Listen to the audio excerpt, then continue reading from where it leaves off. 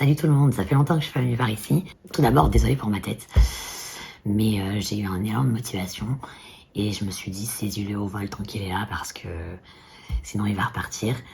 Et j'avais la flemme de me maquiller. En plus, j'ai les yeux qui brûlent quand je les maquille maintenant et qui pleurent toute la nuit ensuite, donc ça m'a franchement démotivée.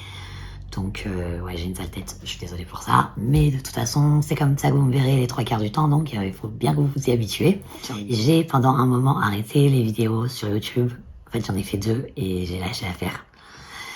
Parce que en fait, comme quasiment 90% des choses que j'entreprends, je finis toujours par les abandonner en cours de route parce que soit je vais estimer que ça rime à rien, que c'est pas intéressant, soit je vais avoir une baisse de motivation complète, comme c'est souvent le cas en fait. Là, c'était un peu des deux. En fait, c'était la motivation qui faisait défaut parce que je voyais pas à quoi ça rimait au final de créer une chaîne YouTube. Je me suis dit, mais en fait, ça te sert strictement à rien de faire ça. Qu'est-ce que tu crois que tu vas devenir youtubeuse? Alors oui, je dis pas que ce serait pas le travail idéal pour moi, étant donné que mon anxiété sociale est au level 10 et que j'ai clairement développé une phobie de l'être humain. Donc si je peux éviter de sortir de chez moi, évidemment, c'est l'idéal. Sauf que faut bien gagner sa croûte. Donc ouais, carrément, être youtubeuse, ça me plairait trop. Mais en fait, je me suis dit, mais à quel moment t'as cru que t'avais la carrure pour devenir youtubeuse, non? Look at me, please. En fait, je me suis dit, tu sais quoi, tant pis, essaye, ça marche, c'est super, ça marche pas, t'auras essayé. Mais c'est pas avec 2 vidéos que tu vas réussir à fidéliser les gens. Donc, j'ai sauté sur l'élan de motivation que j'ai eu aujourd'hui. Et du coup, j'en ai profité pour tourner cette vidéo. En fait, ce qui me donne vraiment envie d'évoluer dans ce milieu, c'est de me dire que je peux peut-être apporter quelque chose de nouveau, une petite différence, j'en sais rien. Mais au moins, je peux essayer en tout cas.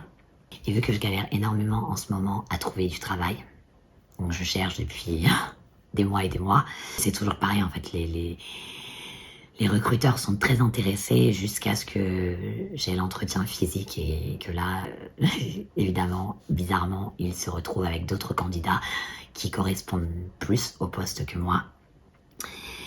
Alors évidemment, je ne suis pas dupe, je les vois bien au premier regard quand j'entre dans la pièce que ça ne le fera pas. Mais on en est là encore aujourd'hui, en 2023, la discrimination physique, elle est omniprésente. Et j'ai l'impression en fait qu'elle ne fait que s'intensifier, que les gens ont de plus en plus de mal à laisser leur chance aux personnes un peu différentes, sous prétexte qu'elles estiment probablement qu'elles ne seront pas à la hauteur. Donc voilà, le jugement facile encore une fois. Donc à la base, je suis secrétaire médicale. J'ai été pendant plusieurs années secrétaire en oncologie médicale, donc je recherchais principalement dans le secteur de l'oncologie parce que voilà, c'était ce qui me passionnait.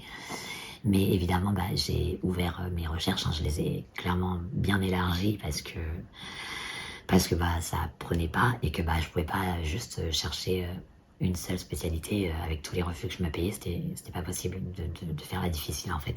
Et c'est navrant parce qu'ils ne me connaissent pas, mais ils me collent directement l'étiquette d'handicapé sur la tronche. Parce que j'ai cette tête-là. Alors non, je ne vais pas avec cette tête-là en entretien, je fais quand même un effort. Mais toujours est-il qu'en fait, ça les dérange et que dans le milieu médical, en fait, les recruteurs se disent que les gens malades n'ont pas envie de côtoyer des gens malades. Alors, je ne suis pas malade, mais physiquement, voilà, je suis délabrée et donc du coup, les gens malades n'ont pas envie de ça, ils ont envie de côtoyer des personnes en bonne santé et pas côtoyer des gens dont le physique leur plomberait le moral en fait. C'est triste à dire, mais c'est la vérité, parce qu'à l'époque où je travaillais à l'Institut Curie, on m'avait refusé de descendre en consultation. Beaucoup de secrétaires descendent en consultation avec leurs médecins, parce que les médecins veulent que les secrétaires soient là pour que ça aille plus vite, prendre les rendez-vous directement et taper le compte rendu en direct. Donc j'en avais fait la demande, mon médecin l'avait demandé aussi. Et aussi parce que c'est carrément plus intéressant d'assister à la consultation que d'écouter après sur le dictaphone l'enregistrement et de taper le compte rendu comme ça à la suite quoi. Et en fait, la cadre m'avait refusé de descendre en consultation parce qu'elle m'avait dit très clairement, alors elle avait été honnête, et elle m'avait très clairement expliqué que en fait, les gens qui étaient malades n'avaient pas envie de côtoyer des personnes malades ou handicapées. et que du coup, il valait mieux que je reste dans mon petit bureau fermé. Je suis partie loin, avec toutes ces circonvolutions, je sais plus où j'en suis. Tout ça pour dire quoi? Tout ça pour dire que ouais, j'arrive pas à trouver du travail en ce moment, que c'est la galère.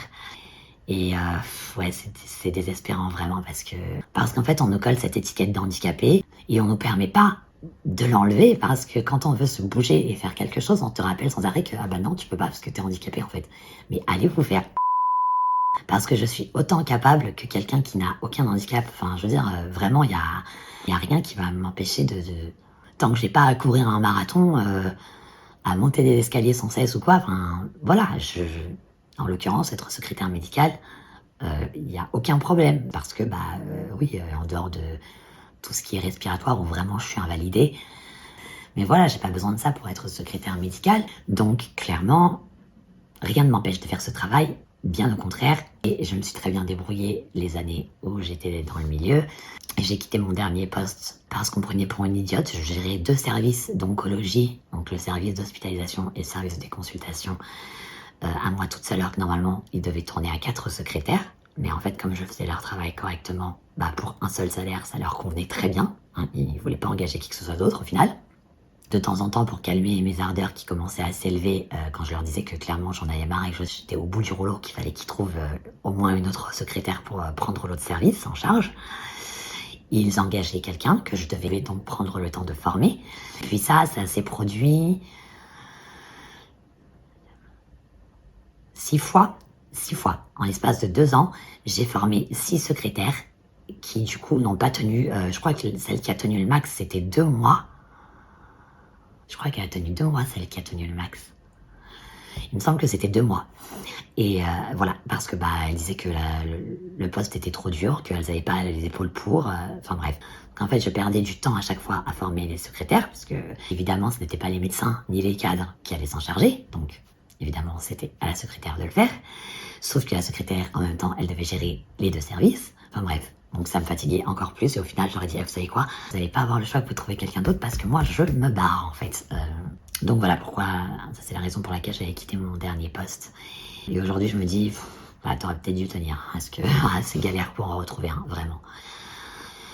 Enfin bref, et du coup, je sais même pas pourquoi j'en suis venue à vous raconter ça. On me suis mise à parler de discrimination, j'ai pas compris comment. Ah si ouais, du coup je disais que c'est parce que ce serait trop bien si je pouvais faire des réseaux sociaux mon métier. Ce serait vraiment l'idéal. J'aurais pas à côtoyer les gens physiquement, comme ça j'effraierais personne.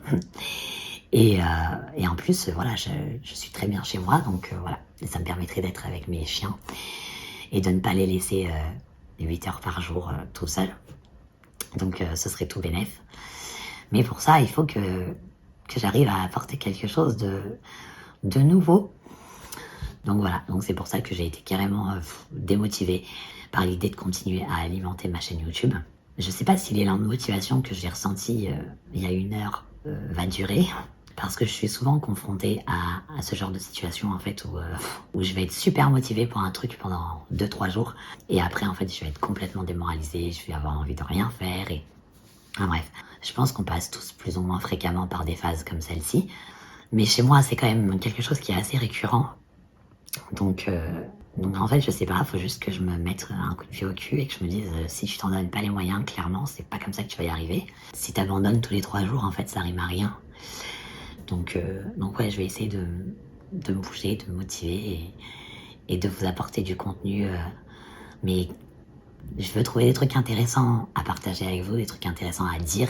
Je ne m'évertuerai pas à faire vivre cette chaîne si jamais j'estime que mon contenu n'est pas intéressant, en fait. Donc je verrai bien si je trouve des trucs suffisamment palpitants à vous partager. Eh bien, je continuerai les vidéos. Et sinon, je crois que j'abandonnerai, on verra bien.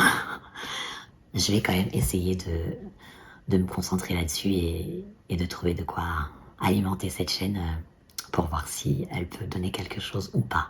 Enfin bref, j'ai l'impression que ça fait 15 fois que je répète la même chose dans cette vidéo, ça n'a ni queue ni tête. Et je vais essayer aussi d'être un peu plus structurée dans la création de mon contenu parce que vraiment c'est à s'arracher les cheveux. Et voilà, en fait, c'est tout pour aujourd'hui. Je vous ai expliqué juste pourquoi j'avais pas en fait créé de vidéo depuis longtemps. Et comme c'est assez fréquent chez moi, en fait, je finis par me perdre dans mes pensées et à parler de tout et n'importe quoi.